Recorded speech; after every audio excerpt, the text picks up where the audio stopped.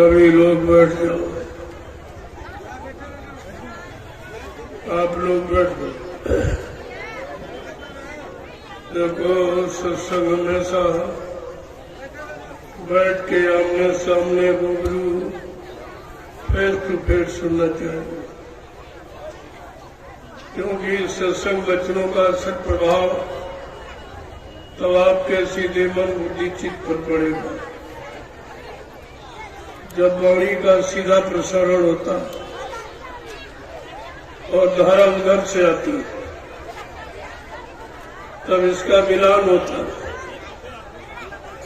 उस मिलान में अगर आप कुछ समझ गए तब तो उसका लाभ मिलेगा,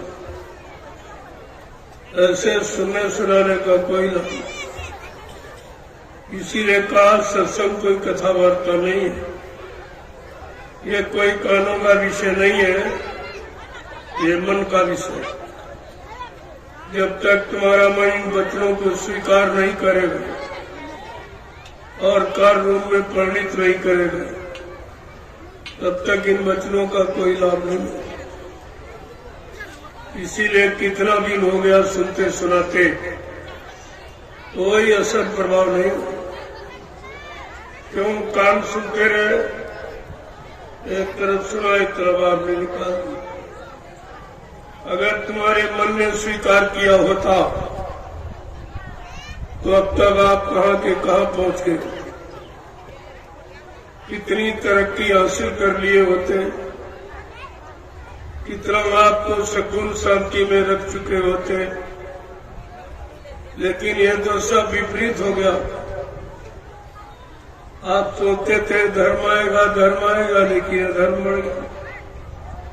सोचते थे पुण्य होगा, पुण्य कर रहे, पुण्य आएगा, पुण्य पाप बढ़ गया। अरे भाई सत्य बोल रहे, सत्य कहा जा रहा, झूठ बढ़ गया। कहा नहीं रहम करो दया करो, रहम करो दया करो, ये मारकाट हिंसा बन गई। ये सब उल्टा क्यों होता चला? क्या कभी आपने इस पर विचार किया है? क्या मानव बुद्धि से कभी आपने सोचा है कि ये तुम्हारे विपरीत सब क्यों होता चला जाए? बीमारी, महामारी, लड़ाई झगड़ा, दैवी प्रकोप, दुर्घटनाएं, अकाल मौत, ये सब बढ़ती चली जाए और इसको रोकने का कोई उपाय किसी के पास नहीं। न कोई राजनीति में रोक सकता, न धर्म नीति। ये दोनों नीतियां आपकी फेल हो गई। फिर ये ग्रंथों का मतलब क्या? ये रामायण, गीता, बाइबल, कुरान और मतलब यानी गुरु ग्रंथ साहब, इन धार्मिक किताबों के लिखने का और सुनाने का, पढ़ने का, याद करने का मतलब क्या है? क्योंकि माहौल सब उल्टा हो गया और दिन पर दिन बिगड़ता जा रहा। अभी आपने बिगाड़ नहीं देखा जो आगे आने वाला। इसीलिए मैं बराबर 4 दिन से आपको आगाह कर रहा हूं कि आगे का समय बहुत खराब, जिसका कोई अंदाज नहीं लगा सकता, कोई ज्ञानी विज्ञानी बना नहीं सकता। ये किसी के बताने की बात नहीं है, ये संत महापुरुषों के अनुभव की बात है। वो तो सामने ऐसे ही देख रहे जैसे आप आंख से देखते, ऐसे अपनी आत्मा की दिव्य आंख से बराबर देखते रहते हैं। अब क्या होने वाला, अब क्या होने वाला, अब कैसा समय आएगा, अब कैसा, और उसी की आपको जानकारी देते रहते। लेकिन तुम ये समझते तो हमारे जैसे हाथ पैर नाक मुंह वाले हैं तो इंसानी चोला तो रहेगा ही।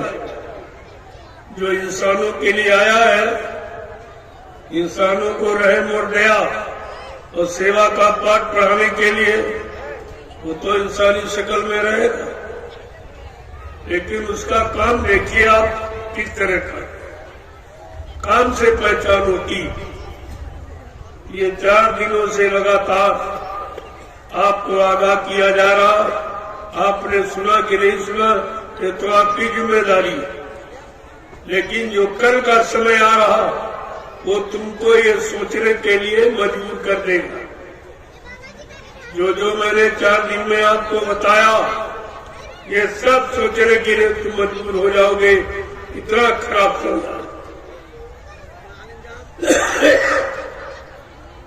मैंने उसी खराब समय से बचाने के लिए आपको कुछ साथ भी लेके आया, वो भी आपको बांट रहा हूं, दी रहा हूं, जबकि ये काम कोई नहीं कर। इतना भी तुम्हारा हमदर्दी हो, लेकिन ये काम नहीं कर सकता। किसी के पास आने वाली मुसीबतों से, बीमारियों से बचाने का इंतजाम किसी के पास, वो केवल संत महात्मा फकीरों के। वो जानते हैं, उन्हें मालूम है हर पल घड़ी का हाल उनको मालूम। जैसे आप अपने विज्ञान से देख लेते हो, ऐसे संतों महात्मा फकीरों का विशिष्ट विज्ञान है, जो इस विज्ञान से बहुत परे। अगर उस विज्ञान को आप जान लोगे तो इसकी आवश्यकता नहीं पड़ेगी, ये तो अपने आप जान लो। इनके जानने में कोई खासियत नहीं है, लेकिन जब आप उधर जानते ही नहीं हो तो इसी को आप सब कुछ मान बैठे, और यही इंसान की सबसे बड़ी भूल है। इसी भूल को खत्म करने के लिए मैंने 5 दिवसीय ये कार्यक्रम इंडिया और नेपाल दोनों के लिए रखा कि दोनों राष्ट्रों को राष्ट्रभक्ति का प्रमाण मिल जाए, राष्ट्रभक्ति का तरीका मिल जाए, राष्ट्रभक्ति की नीति मिल जाए कि राष्ट्रभक्ति किसे कहते हैं। राष्ट्रभक्ति तो कोई जानता नहीं। जब तुम ईश्वर भक्ति, खुदा भक्ति, देवी देवताओं की भक्ति जब वो भूल गए हो तो राष्ट्रभक्ति तुम्हारे पास कहां से। जो राष्ट्रीय संपत्ति का दुरुपयोग करता है वो राष्ट्रभक्त कभी नहीं करता। यहाँ तो सब यही कर रहे हैं, सब राष्ट्रीय संपत्ति का दुरुपयोग और अपने को राष्ट्रभक्त कहलाना चाहते हैं। ऐसा तो कभी हो ही नहीं सकता। इसलिए अगर राष्ट्रभक्ति सीखनी है तो सर्वप्रथम ईश्वर भक्ति आपको सीखनी। जब ईश्वर भक्ति, खुदा की भक्ति ये जान जाओगे तो तुम्हारे पास शक्ति आ जाएगी। उसी शक्ति से तुम अपना बचाव कर सकते और दूसरों को भी लाभ दे सकते। तुम्हारे पास तो ऐसी कोई भक्ति है नहीं, ना ऐसी कोई भक्ति की शक्ति है, क्योंकि तुमको तो जड़ भक्ति सिखाई गई और जड़ भक्ति में सारा समय गंवा दिया, और जड़ भक्ति कभी काम करती नहीं। जैसे मुर्दा कभी काम नहीं करेगा, काम तो जिंदा ही करेगा। जब तक जिंदा रहेगा काम कर सकता, मरने के बाद वो काम नहीं करेगा। लेकिन इस बात को कितने लोग समझ पाए? सब तो मुर्दा भक्ति कर रहे, इसी को जड़ भक्ति कर, और उससे कुछ होने वाला है नहीं, और ना ही कुछ आपने कर पाया, न अपनी मुसीबत आपत्ति दुखों को दूर कर पाया, और न ही समाज परिवारों को आपने सुख शांति दे पाया। तो तुम्हारा ये सब करने का मतलब क्या? जब तक संत महापुरुषों फकीरों के पैगाम कलाम संदेश को नहीं सुनोगे तो तुम्हारे जीवन को उन्नति उत्थान प्रगति की तरफ ले जाने वाली। जब तो वो नहीं सुनोगे तब तक तुम्हारे अंदर कोई परिवर्तन, किसी तरह का कोई परिवर्तन, और ये होना अति अनिवार्य है। परिवर्तन निश्चित है, इसे कोई माई का लाभ रोक नहीं सकता। परिवर्तन होगा और होके रहेगा। ये सब आपको करके दिखा दिया जाएगा, लेकिन परिवर्तन के पहले परिवर्तन की जानकारी, परिवर्तन की भूमिका की जानकारी देना अनिवार्य है। ये लोग कहेंगे पहले क्यों नहीं बताया? इतना बड़ा परिवर्तन होने जा रहा था तो आपने बताया क्यों नहीं? मैं 4 दिन से लगातार आपको उसी परिवर्तन की जानकारी दे रहा हूं जो आपने कभी सुना नहीं था और कभी किसी ने किया नहीं, और तुम्हारे लिए किसी ने सुख शांति की कोई योजना, कोई भूमिका व्यवस्था बनाई नहीं। मैं ये सब लेके आया हूं, लेकिन कोई लेने वाला तो दिखाई दे, कोई लेने वाला नहीं। जैसे इनको जरूरत ही नहीं, ये बेचारे समझ ही नहीं रहे कि आगे कैसी मुसीबत आ रही, तब हमको इसकी आवश्यकता पड़ेगी, लेकिन उस समय ये चीज आपको कहां से मिली? गुजरा हुआ जमाना आता नहीं दोबारा। जो समय वक्त घड़ी निकल जाती वो दोबारा आपके हाथ नहीं लगी। जो समय आपने 4 दिन का निकाल दिया आत्मात्मा की, वो 4 दिन का समय अब आपको जीवन में नहीं मिलेगा। इसीलिए तो उसकी जरूरत बताई जाती थी कि फिर ये आपको सुनने को नहीं। ये किताबों की लिखा पढ़ी नहीं है, ये कोई स्वार्थ लोलुपता और पद लोलुपता की बात नहीं है, ये आत्मिक उद्धार की बात है। और तुम आत्मिक उद्धार जानते नहीं।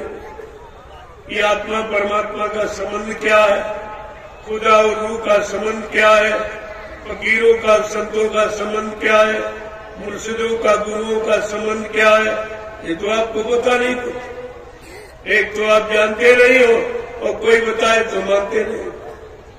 ये 2 बीमारी आपको और परेशान की। एक तो सही सच्ची अच्छी बात आप जानते ही नहीं।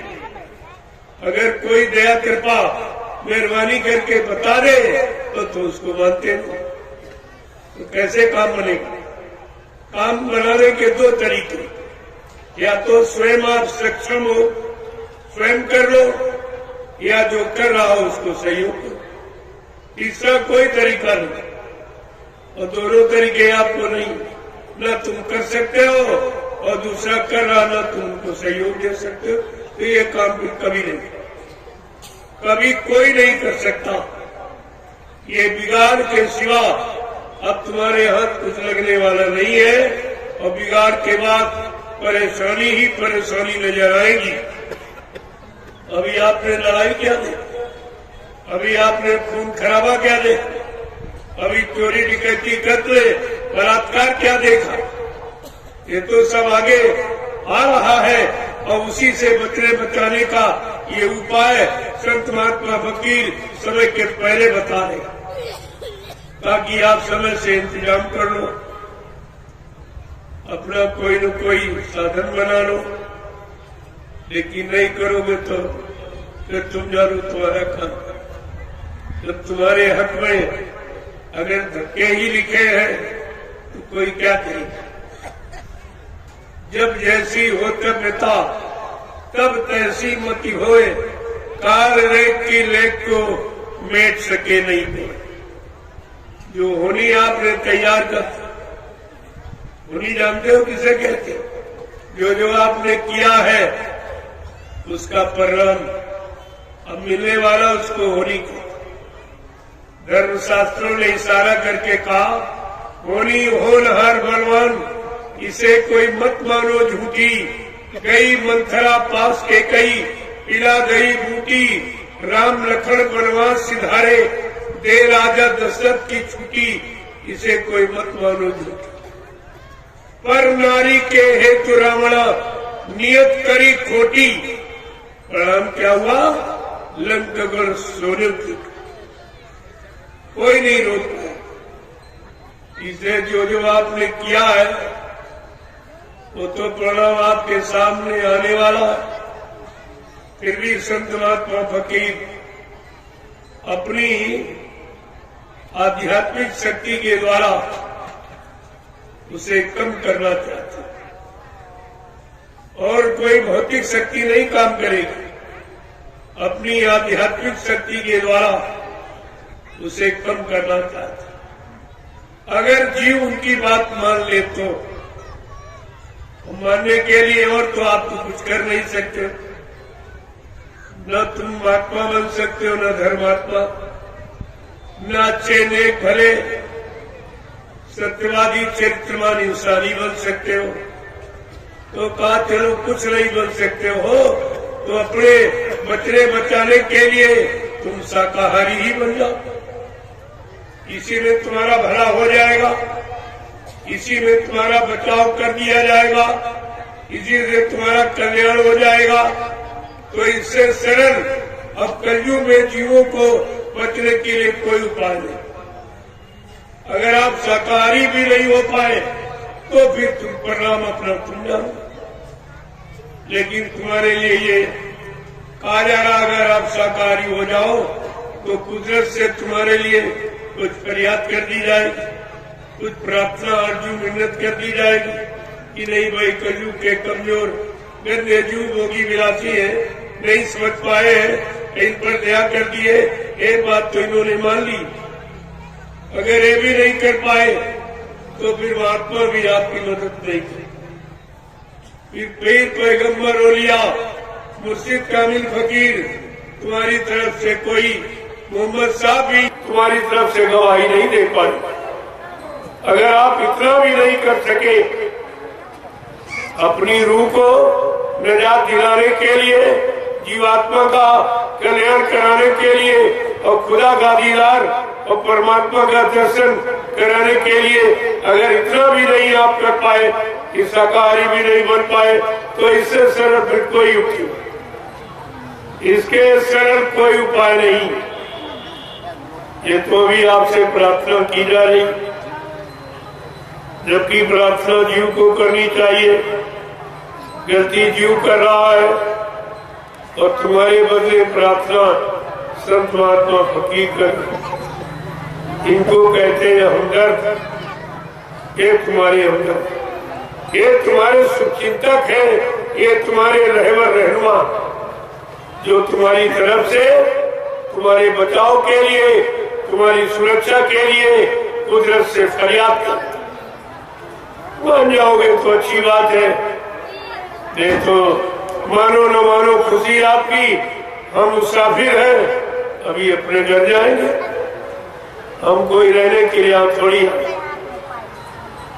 हम तो एक इशारा करने आए थे कि चलो जितने जीव बच जाए, जिनको परेशानियां आने वाली है रुक जाए, महामारी बीमारी आने वाली बच जाए, तो घर मतलब यानी अगर आप अपना हित लाभ कल्याण चाहते हो तो अपना लीजिए। हमें कोई जल्दी नहीं है, लेकिन हमें याद कराने की जल्दी जरूर है, ताकि कोई भी इंसान, चाहे नेपाल राष्ट्र का हो चाहे हिंदुस्तान का, कोई ये न कर सके कि हमको समय से बताया नहीं, जानकारी हमको दी नहीं गई, कुदरत क्या करने जा रही है हमको बताया नहीं गया। तो मैंने ये सब जानकारी 4 दिन में आपको कहना तो बहुत कुछ, क्योंकि 70 साल का जो दुख है वो 1 दिन 4 दिन में बयान नहीं किया जा सकता। उसके लिए प्रेमियों समय चाहिए और आपके अंदर सुनने की इच्छा चाहिए, और इच्छा नहीं होगी तो नहीं होगी। ये है सत्संग, ये है फकीरों की तवारीख, इसे आपको सिरोधार करना, स्वीकार करना चाहिए, त्याग करना। कभी कुछ लाभ मिल सकता, अन्यथा आप कहीं कोई लाभ नहीं रखा जो तुमको उठा के दे दे। ये लाभ किसी के पास रखा नहीं है जो आपको दे, वो तो लाभ समय का केवल संत महात्मा फकीरों के पास है, और वो लुटा रहे, दे नहीं लुटा रहे कि लूट लुटाओ, लूटना चाहो लूट लो। राम नाम की लूट है, लूट सके तो लूट, नहीं अंत समय पछताओगे, एक दिन प्राण जाएंगे छूट। प्राणों का छूटना अनिवार्य है, क्योंकि वो तो जाएंगे, मौत तो सबका पीछा कर, उससे कोई हिंदू मुसलमान बचने वाला नहीं। और मौत के पहले अगर इंतजाम सोच लो कि दोबारा मौत के हवाले न जाना पड़े, उसके लिए संत महात्मा फकीर आपको युक्ति बताते। ये इबादत और भजन उसी की युक्ति। न इबादत मानो न भजन मानो। आदत को इबादत कह रही है और ये गाने बजाने को भजन कह रहे, दोनों भस्म। दोनों को नहीं है रात मालूम कि इबादत किसे कहते हैं और भजन। अगर इबादत सही इबादत नेक भली अच्छी आदत को इबादत कहते हैं, लेकिन नेक भली अच्छी आदत तो है जहां मार काट हिंसा शुरू हो गई वहां नेक कहा, वहां नेक नेकी रही ना। लेकिन इस पर कोई विचार ही नहीं कर, कोई तो नहीं सोच रहा कि हम ये कर क्या रहे और हम कह क्या रहे। चिल्लाते तो सब है, खुदा हम पर मेहरबान हो जा, खुदा हम पर मेहरबान हो जा, रहमान हो जा, ऐ रहमान हम पर रहम कर दे। तो अपने लिए तो सब लोग रहम की बात करते हो, लेकिन खुदा के बनाए परमात्मा के बनाए जीवों पर आज तक तुमने कितना रहम किया? जरा अपने रहम पर विचार करो, तभी तो खुदा तुम्हारे पर रहम करेगा। और तुम बेरहमी अपनाओ के तो खुदा रहम कर दे, ऐसा नहीं नियम है। अगर रहम कराना है तो रहम करना पड़ेगा, अगर सम्मान लेना है तो सम्मान करना पड़ेगा। बिना किए नहीं मिलता, क्योंकि यहाँ कर्म प्रधान देश, ये जाति मजहब धर्म प्रधान देश नहीं, कर्म प्रधान देश। यहाँ कर्म ही सब कुछ, बिना कर्म के यहाँ पर कोई तुम्हें कुछ नहीं दे सकता। जब कुछ कर्म करोगे तभी कुछ पाओगे, और तुम कर्म अभी इस समय करना नहीं चाहते हो। इधर दया पाने के लिए, रहम पाने के लिए तो कोई आप कर्म करना ही नहीं चाहते हो, तो रहम दया मिलेगी कैसे? और बिना रहम दया के तुम्हें कोई बचा नहीं सकता। यहाँ बचाने वाला कोई पैदा ही नहीं हुआ जो तुम्हें बचा दे। जब बचाएगी तो तुम्हारा रहम ईमान और दया ही तुमको बचाए। तो हरि के हजार नाम, करोड़ों नाम, विष्णु भगवान के अनंतों नाम परमात्मा, इसमें कोई शक नहीं करना चाहिए। आप हजारों नाम, अनंतों नाम, करोड़ों नाम तो जानते नहीं। उसी तरह से ये कलयुग का जय गाया, ये प्रभु का, खुदा का गाठ था, अल्लाह ताला का सच्चा नाम जय मृत्यु, जय मुर्शिद, जय मृत्यु। एक ही ये सब ध्यान में आपको रखना चाहिए। संत महात्मा फकीर उसी चीज को सामने ले आते हैं जिसकी समय पर आवश्यकता हो, जरूरत हो, जिससे काम होना होता है, उसी नाम को ले आते हैं। क्योंकि जीव की स्थित परिस्थिति देखते हैं कि जीव के अंदर शारीरिक ताकत, मानसिक ताकत, बौद्धिक ताकत कितनी है, कितनी नहीं है, उसी के अनुसार नाम को जगाते हैं और सिद्ध करते हैं, और वही नाम जीवों के लिए रखते हैं कि ये का नाम जीव कर दे सकता और इस नाम से जीव का काम हो सकता। लेकिन हम लोग इस आंतरिक राज को जानते हैं। संत महात्मा फकीरों के इस राज को हम लोग जानते हैं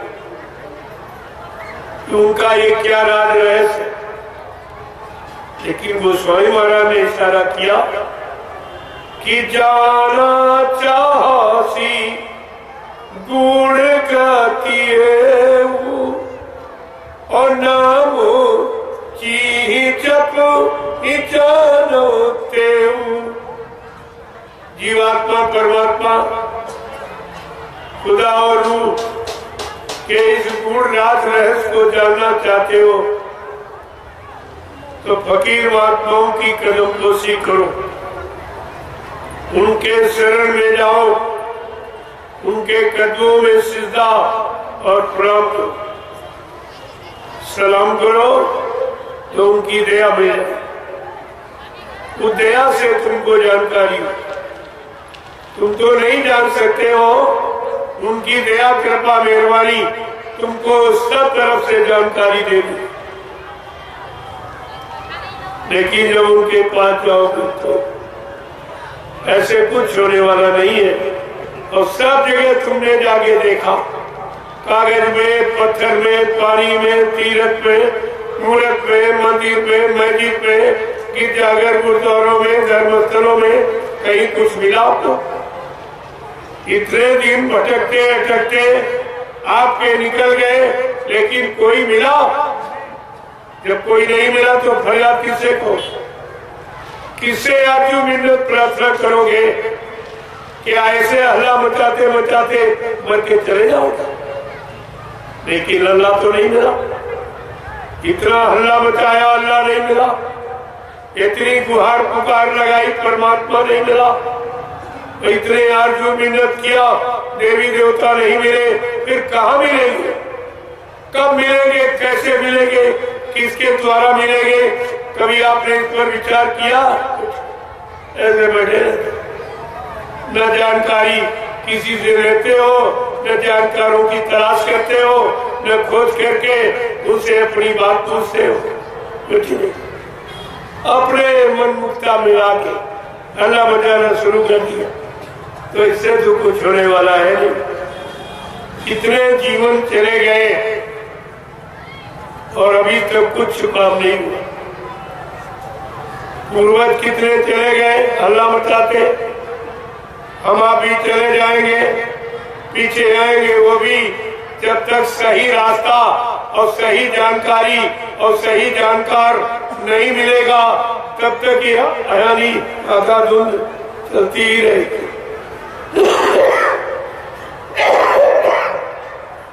ये आधाधुंध चलती ही रहेगी। और मिला मिला किसी को गारे भाई पूछ तो लो लोगों से, तो तुम कितने दिन से मंदिर में पूजा कर रहे हो, जिसकी पूजा कर रहे हो वो मिला? तो कहते हमारा मिला नहीं। तो मेरी पूजा कैसी? तो है हमारी पूजा ही झूठी है, या तो नाम झूठा है, तुम बुला रहे हो वो बोलता नहीं है, सही नाम आपको नहीं मालूम है।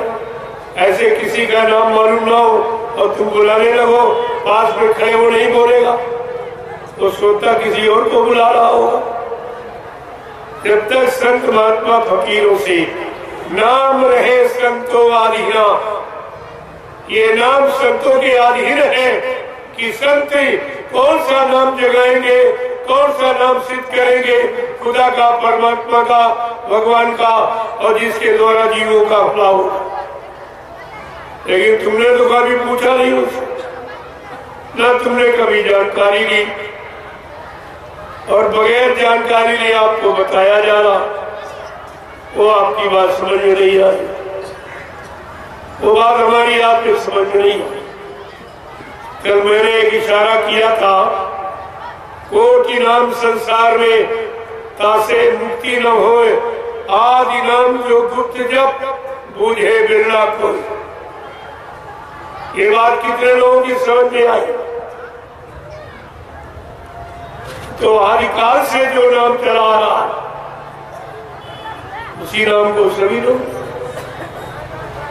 लेकिन संत महात्मा कहते नहीं, आदि नाम वो है जो गुप्त जप, जिसका अजपा जाप यानी गुप्त जाप होता, जो वाणी से उच्चारण नहीं किया जाता, वो अनुभवगम्य है, वो आत्मा का रूह का विषय है, वो जमान वाणी का विषय नहीं। न जवान वाणी से नाम उच्चारण किया जाएगा। जैसे पत्नी पति का नाम नहीं लेती, जानती है लेकिन लेती नहीं, इसी तरह आत्मा अपने प्रीतम का नाम कभी उच्चारण नहीं करती। इस बात का हमेशा ध्यान में रखना चाहिए। लेकिन ये रात कितने लोगों को मालूम? कुछ नहीं मालूम। सब चिल्ला रहे सीताराम राधे श्याम, सीताराम राधे श्याम। क्या तुमसे सीताराम छोटे हैं? राधे श्याम छोटे हैं, बच्चे जो नाम है, लेकिन तुमको उनका नाम ही नहीं मालूम कि असली नाम क्या। ये सीताराम उनका नाम नहीं है, ये तो ऋषि मुनियों ने जगाया था। जब ऋषि मुनियों को राक्षसों ने तंग किया, परेशान किया, जब यज्ञ हवन करते थे तो हड्डी और मांस का टुकड़ा फेंक देते। जब वो परेशान हो गए, उन्होंने प्रार्थना की। उस समय विश्वामित्र जी समय के गुरु थे, उनसे प्रार्थना की ये सब कैसे। उन्होंने ध्यान लगाया, साधना पर बैठे और ध्यान लगा के देखा, अरे शक्ति तो आ गई, काम करने वाली शक्ति आ गई, दुष्टों के राक्षसों का विनाश करने वाली। तो फट से उठे और साधना से और राजा दशरथ के यहाँ गए और दोनों बच्चों को मांग के लिया। राजा दशरथ को भी वही नहीं मालूम, उनको भी नहीं मालूम मेरा बेटा भगवान है, मेरा बेटा ईश्वरी शक्ति है, मेरा बेटा राक्षसों का विनाश करने वाला, यानी मतलब ऐसी शक्ति लेकर के आया। ये किसी को नहीं मालूम, अयोध्या में किसी को मालूम नहीं, लेकिन गुरु को मालूम। ये गुरु को मालूम होता है कि काम करने वाली शक्तियां कौन और कहाँ पैदा हो गई, किन घरानों में, किन माँ बाप से, उन्हें सब मालूम। इस राम जिले में ये तो पहले का इतिहास था कि राम लक्ष्मण को किसी ने नहीं पहचाना, तो विश्वामित्र के अंदर पहचान की ले आए, मां अपने आश्रम पर रखा और सारी नीतियां, राजनीति, धर्म नीति, न्याय नीति, सत्य नीति, प्रेम नीति, ये सब सिखाई। सारी नीतियों का भंडार अपने चेले राम को दे। जब नीतियां सिखा दी तब सोचा कि सब कुछ तो पढ़ा दिया इनको, अब जरा इनकी परीक्षा लेके देखे कि हमारी पढ़ाई का इन पर कितना असर है, कितना हमारा ज्ञान इन्होंने हासिल किया। तो उसके लिए कहाँ ले गए? जनकपुरी में। विश्वामित्र जी जनकपुरी में ले गए, जहाँ राजा जनक ने अपनी बेटी का स्वयंवर डाला था। तो बड़े बड़े, जितने बड़े बड़े धर्मवान, बलवान, बुद्धिमान, सबको आमंत्रित किया। जब सब इकट्ठे हो गए तो राजा जनक ने अपना फरमान जारी किया कि मैंने आप लोगों को क्यों निमंत्रित किया कि मैं अपनी बेटी का विवाह करना चाहता, और बेटी के विवाह का आधार है अजिगो धनुष, जो ऋषि दधीच की हड्डियों से बना। जो इस धनुष को तोड़ देगा बस उसी के साथ मेरी बेटी का ब्याह करेगा। केवल इतनी बात है, लेकिन इसमें एक तीर से कितने निशाने, मैंने ये देख लिया। और उसी समय में सभा में विश्वामित्र जी अपने चेलों को लेकर, लेकिन गुरु चेले को कोई पहचान नहीं पाया। सबके बीच में बैठे लेकिन पहचान कोई, यानी गुरु चेले की पहचान किसी को नहीं होती। उस समय वो राजा रावण विद्वान, वो भी नहीं पहचान पाया।